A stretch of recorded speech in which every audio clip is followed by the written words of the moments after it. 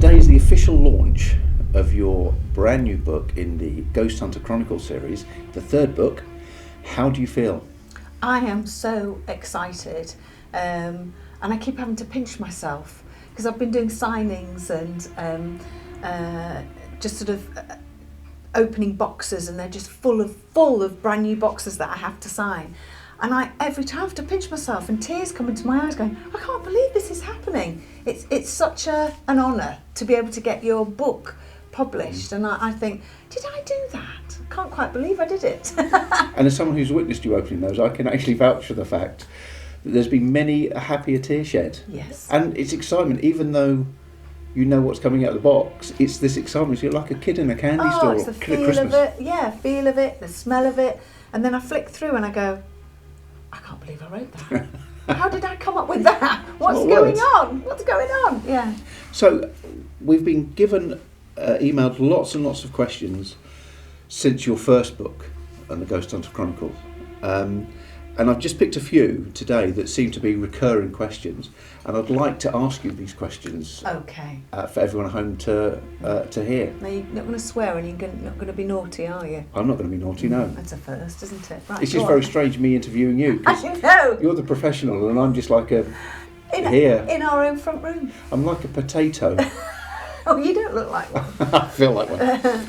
So, the first question that many people have asked is, how do you come up with the characters for the book? Do you know, I know it sounds really strange, but I come up with my best ideas first thing in the morning when I'm lying in bed, when you first wake up. And I don't know, it's like a stream running through my head, and all these ideas and these characters just pop in like bubbles. And I get really, really excited, and sometimes I'll sort of grab my phone, or if there happens to be a piece of paper, and I'll just write them down. But the characters really, the three characters came through, Eve, Tom and Clovis, they came through really quickly. And I thought to myself, I saw a picture of myself when I was on Blue Peter, and I thought, I wonder if it had been, switched around. I wonder what I would have been like if I'd done Most Haunted first when I was 17, 18, and what would I have been like? And that's where the idea for Eve came from, because I thought, yeah, I can see Eve being a very young me, a teenager me, and being quite bossy, a bit like I am now really, but scared to death of everything, but prepared to give it a go. And that I sort of based Eve on me being younger. And the others really a sort of mixture of lots of different people that I've known, and like our daughter Mary, a little bit of her personality is in both Tom and Clovis. So it's a combination of lots of different people, and also I've used some of your personality in Uncle Rufus. There's no one in your books that turn and run around and scream. Oh, no, that's not you. But Uncle Rufus's his attire that he wears, especially his cardigan, and that he does up incorrectly, that's got holes in it. You actually have one of those, and I've tried to throw it out so many times, and yet you keep dragging it out and finding it in the bin, and so I got that idea for you.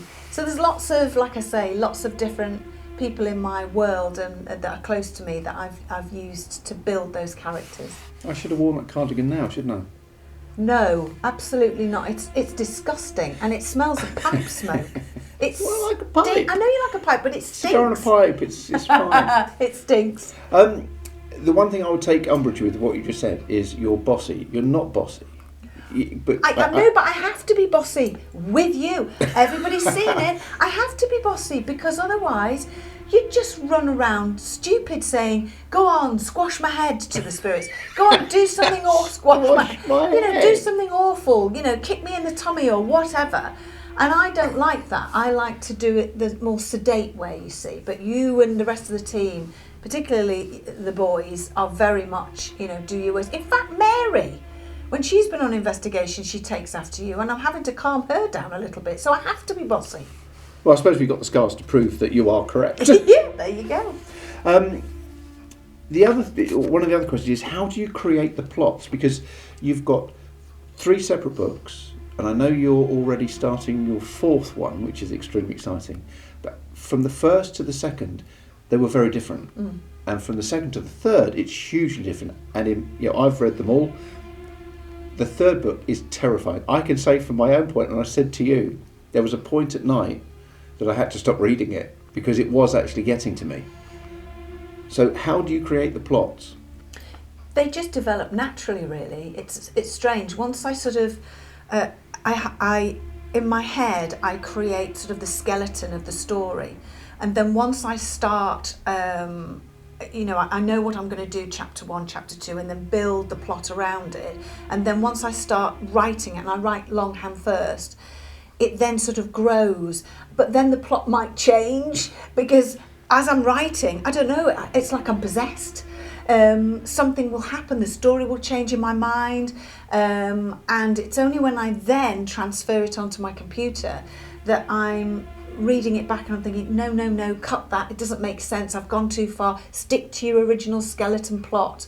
And I have to be really, really strict with myself on that because I can run away with myself. And it was the last book, I know it was this book, The Witches of Pendle, and I got halfway through, do you remember? I remember. And for some bizarre reason, I'd saved it, everything on my computer, the whole thing crashed, and I lost it.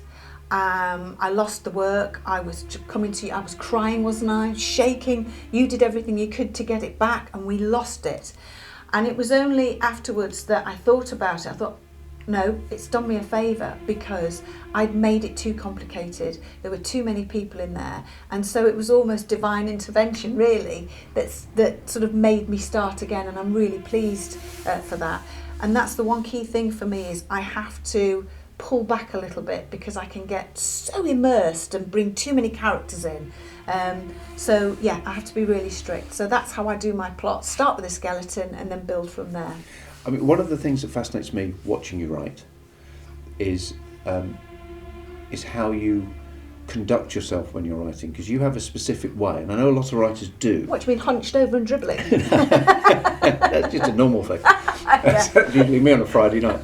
But no, it's when you are, because you write everything longhand first, then you put it onto the computer, and then you seem to flesh it out so much. So quite often, the end result is different from your original written word. But so you write the book probably 3 or 4 times in total. That's actually very true. I haven't thought of it like that before. Yeah, I'd say about 3 times it's written. And then, of course, it goes off to the lovely editor, Charlie, at Anderson Press, Charlie Shepherd. And then, bless her, she's so lovely because she'll come back and go, why don't we just try rewriting that one? Or why don't you add this? Or why? And that's, she's such a fantastic editor because she knows me. She's also been on come round here, hasn't she? Does some seancing and stuff with us, so she understands the paranormal, she understands what I'm writing about, and that really, really helps us to have a good editor and a good publisher. Absolutely. Out of all the characters you've created from the first book till now, because other characters have come in through the books and they're getting more prominence with different books that you're writing, do you have a favourite character, and if so, why? I have 2 favourite characters. The first being Uncle Rufus, because I just absolutely, he reminds me of you, but I absolutely... Good looking and intelligent. Absolutely, yes, with a weird cardigan. No, I love Uncle Rufus because I love the quirkiness of him, and I love the fact that he's taken his little niece under his wing and brought her up, and he's had, his wife died, and Eve's mum and dad died in the same crash, and so he's taken her under his wing, and he sort of lives up in this attic at the top of this strange crooked house where he invents these ghost machines because he saw the ghost of his wife. And he was so in love with her, and he was desperate, thinking, I need to see her again. So that's what started his love of inventing machines to communicate with the dead. And my second favourite character is Anwar Sayer. And the surname Sayer is my grandmother's surname. And Anwar is from Syria, and so is my grandmother. And so that was a really proud moment for me to be able to put a Syrian character in there, and I love it. And in my mind I have his face and the tattoos on. He's very handsome. Everywhere he goes, women just, You know, they think he's marvellous. A bit like yourself when you go shopping. Women have the same effect. Yeah, when in you Aldi. walk in Aldi. Or in Poundland. When they're throwing sprouts at your face. Yeah, so those are my two favourite characters, and I'm excited about where those characters are going, you know, and especially Eve, Clovis, and Tom, because of course, as the books go on, they're going to be older, and things are going to be happening to them. You know, a first love, a falling out with parents, and so on. All of these things could happen, you know, and I'm really excited about where these characters are going to go. First love could take some while, because I was in the 30s when I had my first love, which was you. Oh, that's so nice. 10 out of 10. I think that one of the things I do love about what you've done is you've included your own experiences within every single one of these books, and that's something that a lot of people don't realise, that even though these books are fictional, the activity that you describe and the stories, they're based on fact. And also what I love is what you've just said, is you put some of your family in, people you're proud of. Now, I never met your grandma Mary. I was very fortunate enough to meet Pops, your granddad, but by all accounts she was a lovely person, just a wonderful, wonderful human being. And to have her name included in these books keeps that going. And people won't know that, but her name will be mentioned. So just explain a bit, why would you put your experiences within these books? Well, I think it's really important, especially, well, in all the books it's important, but The Witches of Pendle, everybody remembers, you know, the famous Most Haunted Pendle live show that we did. And even after that show, we went on to do subsequent live shows, and the ghost of Elizabeth Demdike kept coming through, if you remember, on a Ouija board. And we were petrified. I mean, that whole experience in Pendle Hill, I don't think any of us will ever forget. And the paranormal phenomena, one of the main paranormal phenomena there was feeling strangled, was being choked. And we were under the impression and came to the conclusion that the ghost of Elizabeth Demdike, even though she wasn't hanged herself, she died in the prison at Lancaster Castle. She was a very old lady and blind. She was the only one that admitted to being a witch. And I was just thinking to myself, I wonder if she was a witch, which we later found out through the Ouija board that she was. But I wonder in 1612 whether she just wanted to scare the living daylights of everybody that was persecuting her and her family. And I bet I am a witch. And I bet she said, I'll curse you, I'll curse. I bet she did a bit of that. So she was a real character, and they all were real people, the Pendle Witches, but she was prominent in our investigation on that live show, and she was the one that said that she was responsible for making us choke and feel the way that we did. And so I don't know what, again, early in the morning, just came up with the idea and thought, oh, Pendle Witches, got to do something about the Pendle Witches. And so that's how it began for me writing this book and putting the things that happened to us, the experiences, the way we felt, the frightening poltergeist activity that occurred. I've put it all in this book. I think also one of the things that you're doing is you're creating more knowledge about the Pendle Witches by writing a book about them. Obviously, we've filmed them, we've been in their areas, their locations, but to write a book like this, it helps people understand their plight, because once they read your book, they'll probably go and do some more research into the Pendle Witches and learn that a lot of these people were just very lovely women who were herbalists. Absolutely, and I think they should be pardoned. I really do. So many other people that were innocently accused and prosecuted and throughout history have been pardoned, but the Pendle Witches haven't been pardoned, and I don't know why. And I'm thinking, fear. Because witchcraft is something that many people don't understand. They don't want to know about it. Oh no, don't want to get involved in that. So no, we're not going to pardon them, and that's a real shame. And I really think that they should. And poor Alice Nutter, who wasn't even part of the two families that were prosecuted and hanged. She just was happened upon to visit one of the families on the particular day that Noel, the prosecutor, arrived at the house. And allegedly, she was quite a wealthy woman, and she'd arrived, I think, to talk about sheep or farming or something to do with the land. Wrong time, wrong place, and of course, pointed at her, you know, you're a witch, you're involved in all of this, and the poor woman was hanged. Guilty by association. Yeah, and her relatives are still living in the Pendle area to this day, you know, so it's really, really sad, and they should all be pardoned, definitely. Yeah, I agree with you. I think they should all be pardoned. But I think one of the things is to show the impact of witchcraft and how much fear people have in it. There was a Witchcraft Act, and they invoked that during the Second World War. It's incredible, absolutely incredible.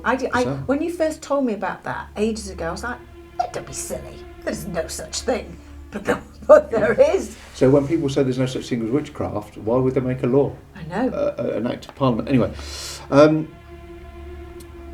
this is one thing I know, but people at home don't. So do you ever get frightened when you're writing your books? Absolutely terrified. And you know. I feel so sorry for you because I wake up screaming. Poor Carl's like, ah! and I'm battering him with a pillow, aren't I? I'm battering you with a pillow. I've been battered. Yes, you have. But the best one, and people have heard me say this before, I'm typing away, you know, leaning over and dribbling, typing away, and I won't hear anything. And the next thing I hear in my ear is, Mother. And it's Mary. She's creeped in. I am on the ceiling screaming. And I'm so in this world. I am so in this world. And sometimes it's a very dark world.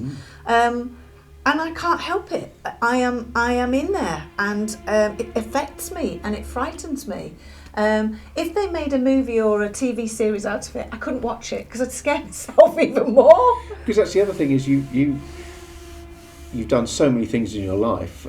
You know, you're a presenter that has presented just about everything that could be presented, and then you came up with the idea of Most Haunted, and you present this show that has created a world phenomena, and you take yourself into the scariest places on the planet. You write books which are, and I've got to say, every book is more terrifying than the last, and this one, it is a scary book. And yet you can't watch a horror film. No, I can't watch a horror film. I can't watch. People say, oh, do you watch any other paranormal shows? No, I haven't even watched the recent Pendle Hill that we put on YouTube. I can't, and I keep, oh, you're going to watch it? Yeah. I have no intention of watching it. Because it would scare the living crap out of me. So it's okay. I've seen little clips of it. That's enough for me. That is enough for me. I don't want to go to bed thinking about hearing really weird voices and bicycles moving on the road and things like that. No, thank you. I also think that when you are, I mean, I've seen you, obviously, you've got your office, you write in there for not just hours but days on end, with only short breaks. And when you are in that environment, that becomes your world within that office with the door shut. Everything you're writing becomes a reality around you. So I can understand any noise could shoot you through the roof. Oh yeah, absolutely. I even have to wear reinforced knickers when I'm writing. Well, that's just a normal thing at your age. You silly sod. Go on. Now today is the official launch of the Witches of Pendle, and it's a very exciting day. So how did you come up with this as a specific idea for this book, for book 3? Why was it the Pendle Witches? Was it just that I've got to do that? Or? I think, as I mentioned before, because I thought about paranormal activity and what was the most frightening, and Pendle did come into mind. But also, more importantly, I wanted Tom, even Clovis, to progress even more so. And I don't know what it is. Whenever you mention witchcraft or witches or it's haunted by a witch, most people go, ugh, and they don't want to, it's really creepy. So I thought this is a good progression for our 3 ghost hunters who have been through an awful lot already. In the first book, they had the ghost of German soldiers. They helped solve an amazing mystery. In the second book, they come across the ghost of Jack the Ripper. I mean, that's bad enough. So where do you go from there? Oh, I know, witchcraft. And so that's the 2 married together, what with my experience and at Pendle Hill. Also, I'm just thinking that in every single one of your books, there is an innocent character who's been either blamed or is scared or is a victim of something else. With your first book, you had a character that was desperate to be found. Under this dark house cottage in the middle of the woods, which is terrifying in itself. But they used the key of the Ouija board and unlocked something. The same thing with your second book. I'm not going to give too much away in case someone hasn't read that, but it starts off with the victims trying to be heard, and they're fearful. And in this book, you have a similar thing. There are victims in this book as well as the evil. Yeah. Why would that be? Is it because a lot of investigations we've done, there's often been an innocent party that wants to move on, that doesn't know why they're there? What is that with the books? And is that something you're going to continue to do? I think so, yeah, because it all comes from real hauntings at the end of the day. We've come across so many different characters and people that have lived extraordinary lives.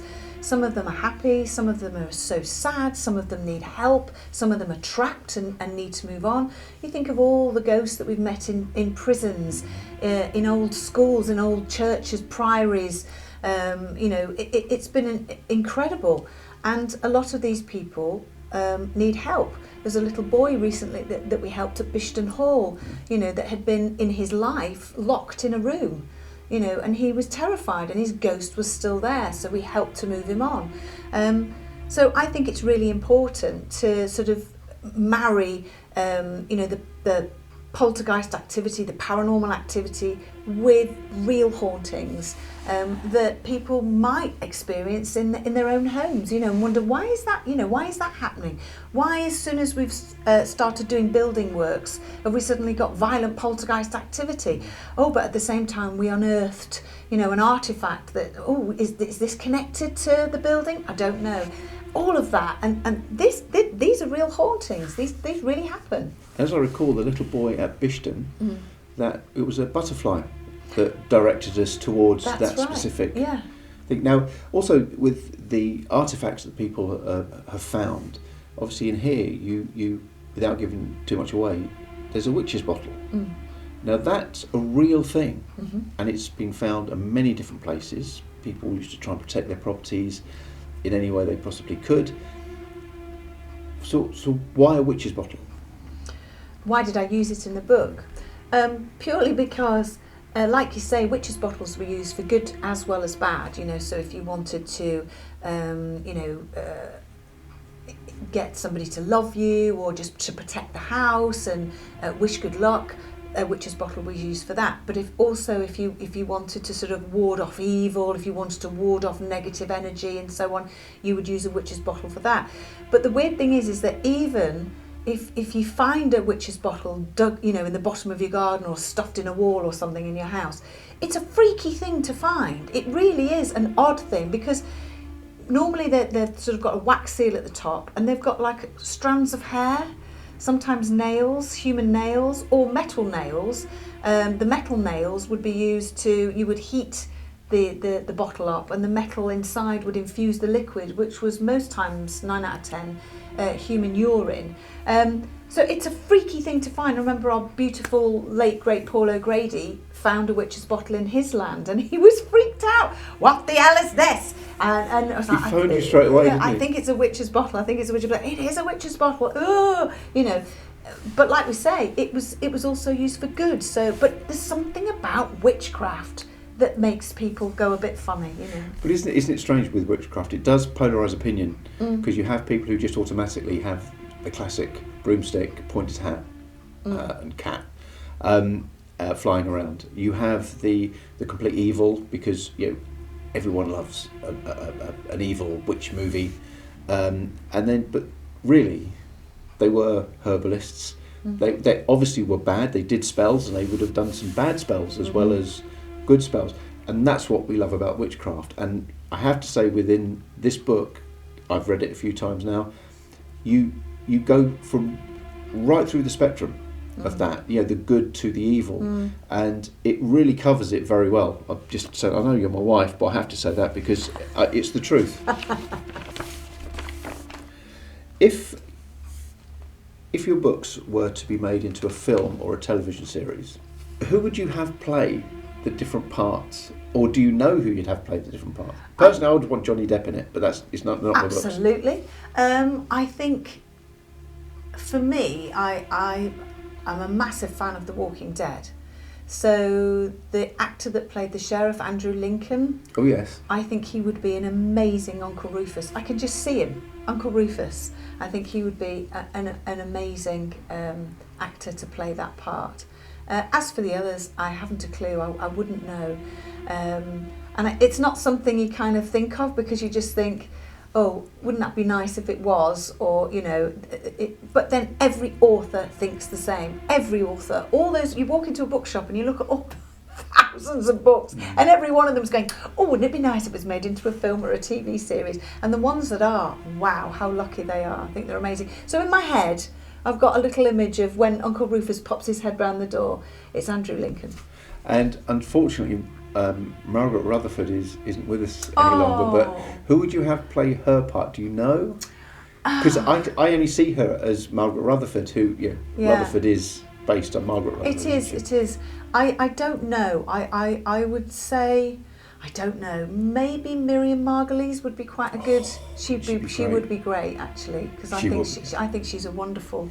I like her. I like her honesty. But she would be really good. She would be good, wouldn't she? So with your books and the progression that the books have, that each book is an expanse on the other, with the fear factor, with the plot.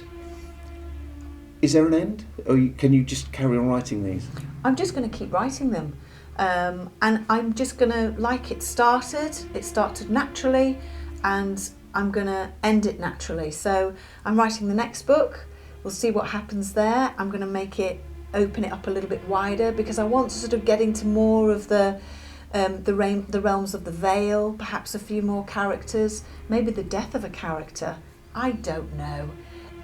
It's all in my hands, all in my fingers. You've got to be careful who you kill off. Well, you see, there's there you go. people there won't be happy. And the other thing to ask is what fascinates me, and as a kid, see, if I was reading these books as a kid, I'd be obsessed by them, absolutely obsessed. And one thing in particular, SPI. That for me, even at my age, I'm kind of just intrigued. I want there to be an SPI, and I want to work there. How did that come about? Well, to be honest with you, again, it just came to me in the early hours of the morning. But what I loved is again where it's based, how to get to it is a place that we did an investigation, the Strand, the old underground station. And I just thought, what a great place to actually get to the SPI. If you've not read that book, then have a read of it because it's really good. And we actually went there. We actually went there and investigated the underground station. And it is how I describe it to be sort of, you go back in time to the 1940s, and I'm obsessed with the 1940s. People will pick that up in the books as well. Can I read a chapter from the book? Not a whole chapter. I don't want to bore you or anything. But I thought what I would do is I would read chapter 2, and it's basically the part where a young couple and their child, Molly and Steve, the parents, and Jamie, who's 7 years old, they've just bought an old cottage called Malkin's Cottage, and they've just moved in, and it's their first night. And this is chapter 2, The Possessed Child and a Ghost. As darkness fell across the Lancashire countryside, the lights in the little cottage were turned off one by one, and the family settled down for a well-deserved sleep. At about 2 a.m, Molly thought she was dreaming. She could hear Jamie singing. The tune was lovely, but in the dream, Molly was scared. She didn't like the words. She snapped her eyes open only to realise that she wasn't dreaming at all, and that the singing was coming from the kitchen. Confused, she got out of bed and padded down the hallway, following her son's voice. She stopped short, and she saw Jamie sitting with his back to her in the middle of the floor. He swung from side to side as he sang. Molly had never heard the song before. Witches in the garden, witches in the tree. Turn around, 1, 2, 3. Look inside the bottle, you will see. 5 witches in the garden will come to you and me. Jamie? She placed her hand on his little shoulder. He stopped instantly, but didn't turn or respond. Molly walked around to face him, and as soon as she looked at him, she recoiled in horror. His eyes were marble white and his face was a sickly greenish tinge. She tried to pick him up, but he viciously slapped her away with one hand while clutching the strange glass bottle to his chest with the other. Then, in an eerie woman's voice she didn't recognise, Jamie spoke. "We are coming. We will have our revenge." In that terrifying moment, Molly knew they needed help. She screamed for Steve. As she called his name over and over, she noticed that the strange blue bottle had been opened. The wax seal snapped off. Steve ran into the kitchen and instantly saw what the matter was. To his horror, he saw that Jamie's face, body and whole demeanour had changed. "What the hell?" he whispered. Molly had begun to cry. "I don't know what's happening to him, but he's not right, Steve. We have to get him to hospital or something." "It's all right, Molly, it'll be all right." Steve went to pick Jamie up, but was met with punches and kicks. The strange bottle fell from the boy's protective grip and landed on the floor. The little figures danced up and down as they clattered and banged against the coloured glass. It rolled across the wooden floor, disappearing into the dark shadows. "No, leave me!" screeched Jamie. His voice was low and guttural. Steve recoiled in shock. Then loud, menacing banging noises began to vibrate throughout the house. "What's that?" screamed Molly. "I don't know. Come on, let's get Jamie and get out of here." Steve and Molly both made a grab for their son. The little boy screamed, kicked, bit and scratched. Terrified, his parents eventually managed to get him to the front door, but he kicked and screamed the whole way. "It won't open, Steve!" "Here, let me. Keep hold of Jamie, though. Hold him tight." Steve pulled at the door, but nothing happened. The knocking noises were getting louder and louder, and suddenly Jamie stopped fighting.